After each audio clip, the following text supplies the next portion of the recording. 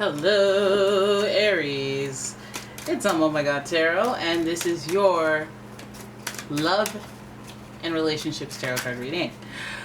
Yep, no clever title. It's a love and relationships read. We're going to see what comes up for you and who's involved, and let's just do it. Let's dive in. Now, if anything resonates with you, you can get a personal reading at umomgtarot.com. The link is in the description. Let's have a look and see who we're dealing with first and foremost. So who's popping up in Aries' love life? Who's popping up in Aries' love life? Who's popping up in Aries' love life? Well, Aries, you have a Pisces popping up in your love life. And this energy is wistful, endlessly loving, compassionate, and forgiving. It also confuses and softens resolve. Oh, Aries. Now, Pisces are the most hopeless romantic of the hopeless romantic signs. You're the first, they're the last. So there's some type of energy there with beginnings and ends. There's a lot to learn from each other. And Pisces is very emotional, very sensitive. So that's in contrast to your short-temperedness. You're just like cut to the chase, let's cut to the chase. Let's get, like, why are we dragging this out? Like, you guys are ambitious, you guys want things to keep moving, whereas Pisces is a very slow moving person. So you have a very, like, I'm not going to say wishy-washy person coming into your love life, but somebody who values emotions and romance and feelings more than anything else. Okay? So then who else is popping in? Somebody who's very relationship oriented even further. We have Libra, who is your direct polarity on the zodiac wheel. This energy is diplomatic and gracious. It seeks harmony and balance in relationships. So it's already looking good. This person seems very balanced and fair when it comes to relationships. So, but with that, it could lead to some truths that we don't want to deal with if we don't agree with. But this person also very romantic, very about that love. We see that with the rulers, which Libra's ruler is Venus, and Venus is exalted in Pisces, so it's the feelings of pleasure are definitely present, but there's fairness and there's justness, and this person wants things to be fair, so that's already a good thing, and they want balance. So they don't want you to expect too much, they don't want to give too little, and vice versa. And finally, okay, so this is where it gets hot and heavy. We've got Scorpio here. And so the energy is intense, masterful, thoughtful, and magnetically charming, but also secretive and possessive, Aries. And like all these signs are somewhat connected to you in a weird way, because even Scorpio is ruled by the planet Mars, and the planet Mars is your planetary ruler. I know Scorpio is also ruled by the planet Pluto, and so that gives us that whole rebirth, karma type energy. Reincarnation, but it seems like this person has this deep connection to you. It may even feel like a soulmate connection. It may feel like a twin flames connection. It's just a bigger than physical experience type of connection, or that's the way that they treat their relationship with you. So this is the person who's trying to pop up in your love life. They have intense emotions, intense feelings, and intense expectations when it comes to this relationship. They want things to be fair. They want things to be romantic, but they don't want to be the only one putting in all of the effort. This person may give you blind loyalty. This person might expect blind loyalty in return. So this person popping up is, damn, it feels like they're very emotional, and they might even be a little tit for tat just because they put an emphasis on they want things to be fair, they want things to be balanced. So you heard me shuffling away. You can hear me shuffling away. And I'm shuffling away at the Golden Universal Tarot. All of the decks that I use are in the description. This is the Golden Universal. I say it twice so you can know. And let's have a look, because this person seems rather emotional, but let's have a look at what direction this goes in. So let's see how this person, what we need to know, what does Aries need to know about this person that's popping in. Alright, let's have a look. Ooh, this person is, are you pondering what I'm pondering type energy. Okay, so this person is doing some really deep thinking, which is pretty cool, pretty interesting. because it kind of makes you come in towards the end of a story where they're trying to decide, where do we go from here? What do we do?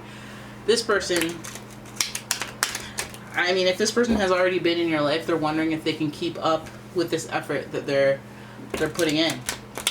Like, if they're looking at how much maintenance will this relationship require. You know, I'm romantic, but can I put up with the highs, the lows? You know, maybe the highs, but I don't know about the lows.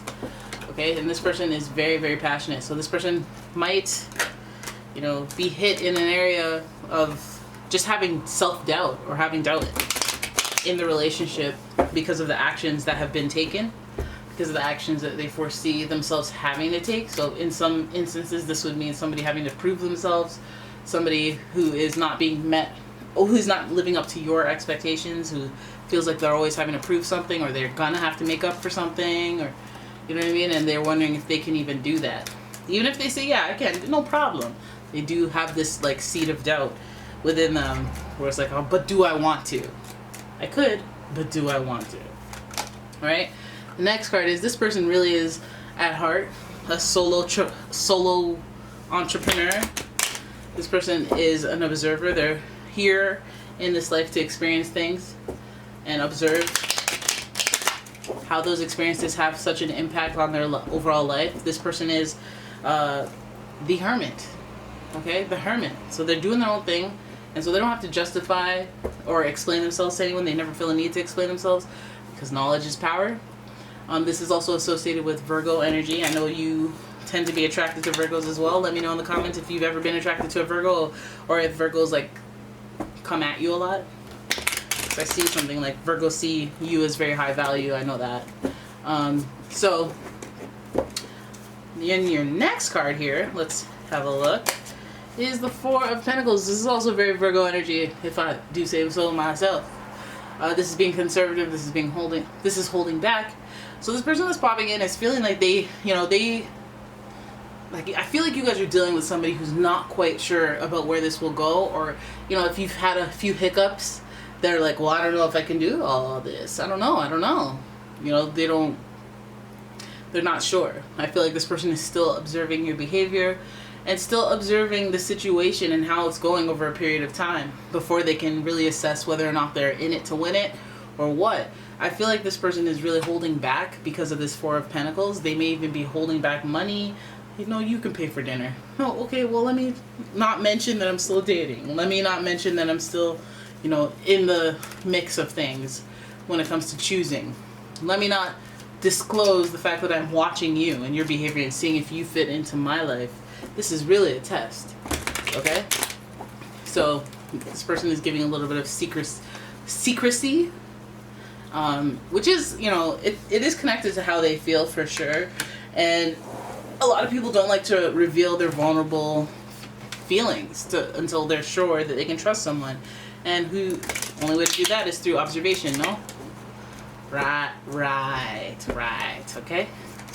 The next card is the Queen of Cups. They're looking to see if you can connect not only on a romantic level, but a spiritual level. Do you nourish my soul? Do you make me feel better? When I wake up, am I excited to wake up because I know I'm going to see you? Do you give me the giddy feels? Do you give me the human zoomies? Because that's what they're looking for. Excitement.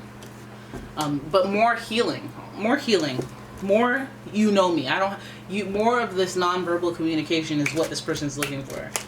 They're looking for somebody who's just like perceptive, somebody who's intuitive about them, somebody who's even thoughtful even, you know, and they're looking for somebody they can connect to on a significant level spiritually, okay? You guys might even have to have the same religion or spiritual beliefs. But that's what this person's looking for. They're looking for someone who's independent as well. So some of you guys are all about it and you know who this person is, what they admire, what they're looking for, and what they admire. I feel like this person, at the end of the day, all they're really looking for is somebody who will be patient, who will be waiting. Not necessarily waiting, but they will be waiting. But they're looking for somebody who's patient. They're looking for somebody who essentially doesn't want anything to be too serious right away. They're holding their cards very close to them. This means they're, you know, reluctant to be vulnerable with you, which is understandable, especially if you've like literally met this person online and there's no mutual friends or any type of connection. It's a process of learning about another person, and that's what this person's counting on. It feels like there's like this depth to who they are and who they give their hearts to, which is understandable. But if you really do like this person, I feel like it's that excitement that'll cause you to have missteps if they're not receptive, and especially if they're not like reciprocating the energy back. You'll be like, well, there's problems because they're not as giddy and happy and da da da. Like, for all you know, they could be excited and be like, good man, like towards your whole energy.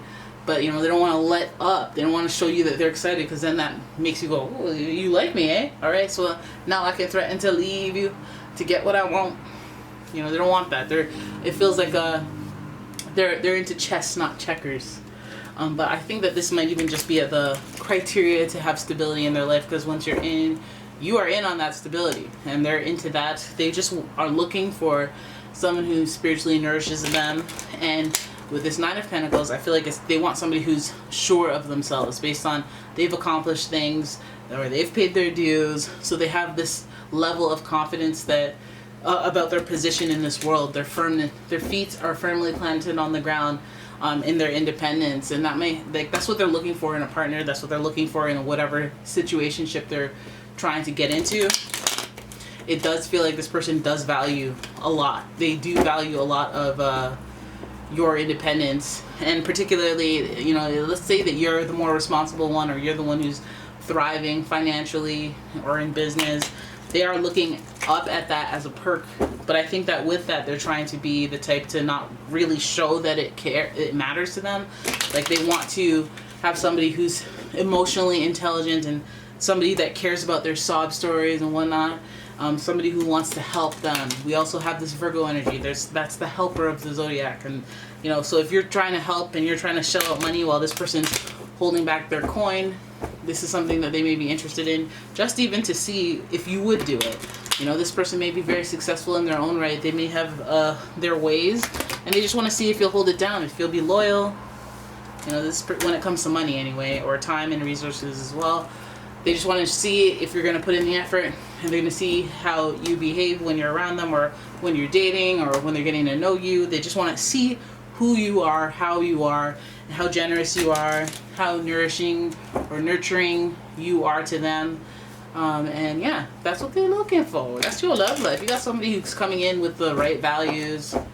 They're looking for the right thing. Now, they may not necessarily be a match, but this is the person that's coming next. They are looking for the right things, and maybe even if they're not the right match for you, you may be learning a bit about them and what their boundaries are, what their criteria is, and that might help you kind of shape your own. Like, oh, I didn't know I wanted somebody who always opens the door for me. I thought I didn't care about that. That's actually a really nice feeling. Or this person that calls me a queen or a king in front of people we don't know, people we do know. All these little nuances that may have gained value by this experience with this person. So there it is. That is your reading. I hope you enjoyed it. If you did, please give the video a thumbs up and subscribe to the channel. Leave a comment, share the video, and if you'd like your own personal reading, check out the description. There's a link to the website. And if you'd like a candle or any handmade products like bath bombs, home stuff, go ahead and check out my Etsy shop. And yeah, thank you so much for watching, guys. I'll see you in the next one. Ciao.